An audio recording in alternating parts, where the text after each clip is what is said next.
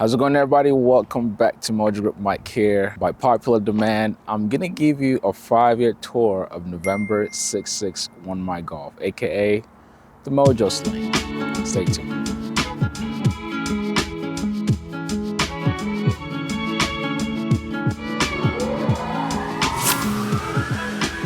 This airplane is probably the reason why thousands of you joined this channel. Okay, in front of me here is a 2020 Sling TSi. Not just any Sling TSi. This is actually one of the first ones built here in the United States by your own truly. And man, it's still surreal to have this airplane back. And many of you who actually came through the journey of getting the kit and building this thing from scrap metal to what it is, one, thank you so much. And then you also went with me through the roller coaster of getting rid of it and then bringing it back. And if you can see here, you can tell that we're in the state of Georgia because it's pollen season. I literally just hosed this airplane down and now it's pollen on it again.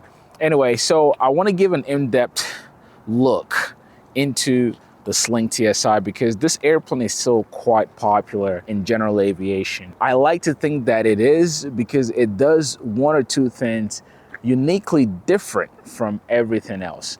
And that's why I want to showcase it today. And it's also one of the reasons why I brought it back. Guys, given that when I got rid of this airplane, I was looking to upgrade into something different. Any other pilot or aviator, life always happens. And then of course, the market.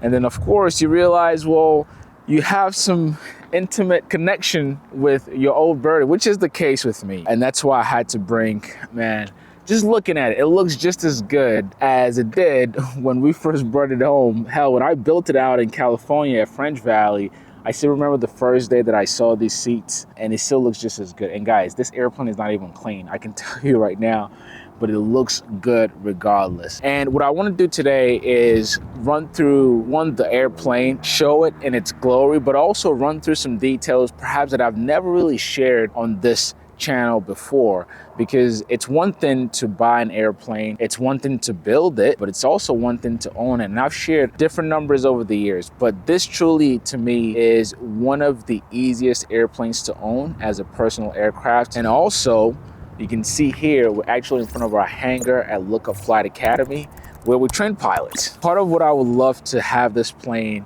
is to add it to our fleet where folks can actually build time and or train in this plane, because this plane is not only a cross-country machine, it's also a great trainer. I got my instrument rating in this aircraft, and I absolutely encourage, if this plane was certified today, it would be one of the most economical trainers out there, period. One of the things also I want to share with you, and look, right now you have some marks with the paint chipped off, and you know, for some guys, this is like, oh no, but I love it. I love it because it tells a story. This is a 5-year-old airplane. It's been well kept, well maintained, but it's also gone through time. If you can see, that's why I'm going around it. One noticeable one is right here. So guys, if you recall, we had a situation, I think that was back in 2019. Was it 2019 or 2021, where I flew the airplane to air show at Oshkosh, and the pole, there was a storm there, pole fell on the thing. It's been fixed since then. So you've got your wheel pants. This is a tricycle fixed landing gear, and everything's still intact. As I said, the plane probably still needs to be washed. You've got your baggage compartment here, just a bunch of knickknacks. But with this door, you get access to the back here, which you can store some nice luggage. But also, look, you have extra space that goes deep. So golf clubs or anything that could fit into that space, you can absolutely throw it in there. Now, the nitty gritty. To get in the Sling TSi, you've got a nice step up here. What I generally do, and I advise people to do, you grab this, step up, put yourself up. And this is an airplane you sit in. And voila, guys, nothing, absolutely nothing has changed since the day we built this plane. As you can see, it's very well equipped, and it's honestly one of the reasons why I think it will be a great trainer for students, assuming Mosaic passes, or we can find other ways to add it to the fleet. But you can see This plane is well equipped. We've got dual Garmin G3X Touch, state of the art. Of course, we have the Garmin GTN 650, which allows you to fly instrument in this airplane. That's a G5 backup. This is optional, by the way. Not every Sling TSi build has a parachute. And right below it, you've got your fuel selector, easy on the eyes. One thing about slings in general is that you have this guy. So normally you may have toe brakes with other planes. This is a handbrake vehicle, so this is a plane where it takes some getting used to, but I've ended up loving it. So you don't use your toes, brakes in the toes here, you use the handbrake. And of course, we come back up here. Another beautiful thing about the Sling TSi is the motor and the propeller, which I'll get into more details about that in a little bit. So this plane does have a constant speed propeller, except you don't have a manual lever for it. Now, you can manually control it with this feature right here. So for example, this is part of our run-up. If you were to use this toggle, pull it down, you can put it in manual mode and you can use this. But generally speaking, it's already preset with the computer where you get the best bite there for your takeoff, climb, and cruise. And you literally just put that as labeled in whatever phase of flight you're in. You can go ahead and just switch it. So it makes this plane a lot easier to fly. And there's some more tech here. This plane has lanes because you've got pretty much a FADEC engine in the Rotax 915. And of course, the new 916 now. If you built a Sling TSi today, you can opt for the 16. Similarly, like your mags, like your magnetos, except you don't have magnetos in this airplane or in this engine. Of course, you have your master switch here. This is push to start, which, by the way, I want to say that MojoSling probably started this trend. I've now seen it in a lot of airplanes, which I'm proud of. But this was a nice, easy tech to put in. And what I did here, now this looks really fancy and everything, but it actually serves a purpose. So all of the lights, I put the yellow rubber grips there. EMS backup, the fuel pumps you can see are both in red. And for me, you gotta understand, depending on how tall or short you are, you can see that they are labeled, but sometimes when you're sitting up, you may not be able to see, you know, what's down there. So that's also what these colors are for. So whenever I'm sitting in this airplane or I'm operating this aircraft, I know that these are my lights, and I've flown it so many times that I know which is what.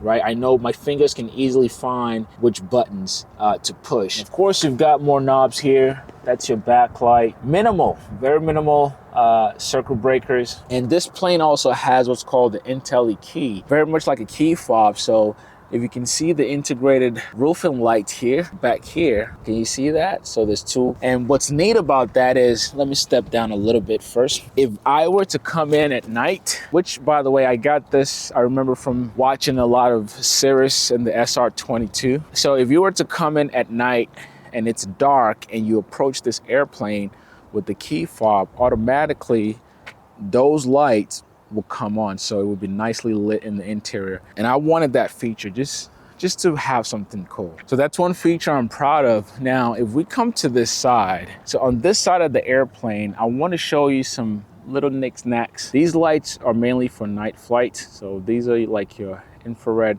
lights. You use them on the avionics when you're flying at night. Of course, you see I've got my little hanging stuff. This is to hang your headset. There's two here, there's one here, and there's one in the back seat for your passengers, which, by the way, one of the reasons why I opted for the Sling TSi was how comfortable it was to sit in the back. If you can see the leg room, by the way, this seat right now, it's in my flight position, and I'm 5'10", and so the leg room, you have very ample space there to put two adults back there. And this airplane also has enough useful load where you can carry two adults in the back. And of course, as I said, these seats, this is honestly one of the things that I'm proud of. And these came directly from South Africa whenever we designed it. And it just came out perfectly. I didn't have them modify anything. I just told them what I wanted, and they sent these, and I'm like, perfect. Okay, so you see it's a nice, this orange stripe there, just to make it a little nice race looking. Have a sporty look in here, which, by the way, I would say that this is one of the few airplanes where it's all black in the interior, and that was the goal because I just think it pops. That's just me. Depending on where your preference is, I like the look and finish of this airplane. And one of the reasons why I went all black is like little shiny, brighter colors like this will pop, or even the experimental banner there would pop. So that's one of the reasons why I wanted all black. In the middle here, you also have a nice little cubby. I think that's about it right now for the modern features in the interior. Let me share with you, I'm gonna pop this open and I'm gonna show you a few things that makes this airplane very unique. Here we are, guys. I wanted you to see the bones of what powers this airplane, which is the Rotax 915. I did a review on this engine some 5 years ago, so think of this as a reboot of that, now that I've actually put hundreds of hours on this engine. So you look at this plane, the Rotax 915 is small compared to your conventional Lycoming or Continental. It's actually one of the things that's attractive about this airplane, but also it's an airplane that's fully automated in many ways, right? So all of your ECU computer stuff is sitting back here. And one of the additional equipment, by the way, that we installed in this airplane is the antenna for weather, which is SiriusXM. So let me show you here. That antenna, we actually just stuffed it right there. This allows you to be able to get in-flight weather if you're flying in IMC, or you're just flying along and you want to get updated weather very quickly. So that's another feature that I'm proud of. But all of your computer and all the things that power this engine, or that helps regulate this engine, that's the better word to use, all those are right here. And that's also what sends you all that data you get inside of the airplane. So the 915, as I said, it's a smaller engine, but it's a very sophisticated engine, very computerized. And what it does is it really helps you solve, it removes the manual labor from the pilot. So your fuel burn, fuel flow, all of that is done automatically through a computer. And of course, this engine is turbocharged. If you can look down there, that's your turbo sitting there, and it's got a wastegate too. So any extra fluff or power, it diffuses it out. You've got your air intakes and all of that good stuff. And of course, recently, after bringing this airplane back, we're having drop in the fuel pressure. This is your fuel line right here. So you see where my fingers are pointing, this box right here, that's the fuel pump. And so this airplane has two of them, which is right there. And that's how fuel flows through into your engine. So you got the fuel pump there, you've got your gasculator right below it. That's your gasculator right there. It's practically the first stop of your fuel flow. There's a filter in there, pumps the fuel, goes through that, and then it goes through these channels into your engine. Of course, you have your ECU and your computers that regulate how much fuel flow goes into the engine. And that's why you get such fuel efficiency with this aircraft, guys. And you can see your cylinders on each side. This plane, if you compare it to, I would say, a car, right? So for example, you see that tiny little car, you might get 30 miles to the gallon, okay, on that car. In this airplane, you're getting close to that. You're getting between 20 and in some cases 27 miles to the, that's crazy for an airplane that goes this fast, which I'll share with you. And of course, attached to that engine is this beautiful, beautiful Airmaster propeller. Airmaster is the one who designs the computer that powers this thing, that makes really a constant speed prop automated. Now the blades themselves, I believe, are Whirlpool, but I'll shoot in the description to confirm. But you have the Airmaster complement the engine, and you've got a beautiful flying machine. And as I said, it's one of the most fuel efficient aircraft, period. And so now let me tell you why this airplane to me is the perfect mid-level airplane to get, either for your first, second, third, or your forever airplane. So guys, let me tell you why I think this airplane is uniquely different from everything else that you've seen or that's in the same class or category, which this is one of the lightest four-seaters, period, in the market. So generally speaking, when you start flying, or you get lucky enough to be able to fly or own your own airplane, you're looking at a beginner airplane, which is what you start flying, which, by the way, this is considered a beginner airplane. There you go. Two-seater, fuel efficient, great trainer. Or you can go for Cessna 172, a Cirrus SR20, if your pocket can get up to the Cirrus Mountain, right? So you have all these different options, but this is what makes the TSi unique in the sense that it's a beginner airplane. It's also an intermediate airplane. Rarely can you say that about any other planes that has 4 seats. What I mean by that is when you first start your journey, you generally go up, right? You start from a small airplane, and then you go up to something faster or complex, whichever the case may be. And oftentimes what pilots do is when they train in a small, say, Cessna 150 or 172, then they want to upgrade into maybe something complex like ammonia or something that's a bit faster. And by a bit faster, you're really pushing 140 knots, 145 knots. That's about average of your four-seater airplanes. Whereas this plane not only serves as a beginner, as a trainer, but it's also a speed machine. Most of my flights in this airplane, I'm planning for 155 knots, 160 knots. And with that, I'm burning 7.5 gallons of fuel per hour. I don't think there's anything else out there that can do the same. And I've tried, trust me, I have tried. We have a Cirrus here. I'm gonna actually show you a Cirrus that we have for sale in another video. And that plane, also nice 4 seats. You've got all the nice amenities, but you're gonna burn a lot more fuel. And insurance, the insurance for Cirrus is also pretty high. And of course, the fuel burn. When you think about your cost of ownership, now with any of these airplanes, you have to cough out the capital to buy it, which is also one of the reasons why I wanted to share this airplane, to make it easier, not just for me, but for anybody else who's looking to buy and fly a modern airplane, is that you don't have to spend whatever this costs, right? So a brand new Sling TSi today would definitely cost you $400,000 and up if you're building one from scratch or buying one. Whereas instead of spending that kind of money, for a fraction of that, you can still own one and get access to it as if it's just you who owns it. So the cost is spread across the board. If you're looking for a modern 4-seater, it's really tough to beat the numbers of this airplane. Really, really tough. Right now, it is in the experimental category. I imagine that will change soon. Just depends. Depends on what the FAA does. But even if it doesn't, this is a 5-year-old Sling TSi, and I can tell you with pleasure, it's been flown. There's not much trouble that is given, other than recently, like I said, we've had the issue with the fuel pressure dropping, and we actually found out that there was nothing wrong with the engine or the pump.